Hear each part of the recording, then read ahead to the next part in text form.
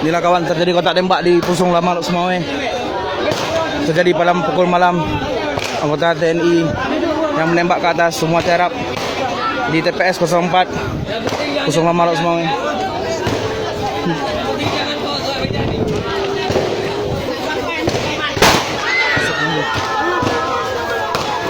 Terap semua.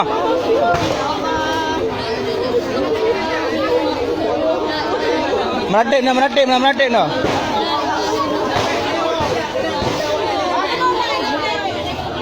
Ya, terjadi di Pusung Lama Lok Semawe. Penembakan terjadi oleh anggota TNI. Satu kompi mereka kembali. Masih terdengar suara tembakan.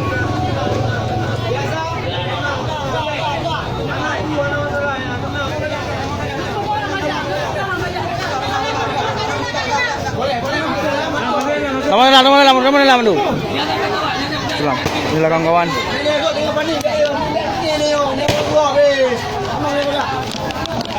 Urina nama dalam. Jangan panik, okey. Uragam jaga. Limas mana? Limas tak tahu ke mana. Ini kawan-kawan, banyak tadi kerusuhan di malam pemilihan calon wakil daerah. Kontak tembak masih terjadi.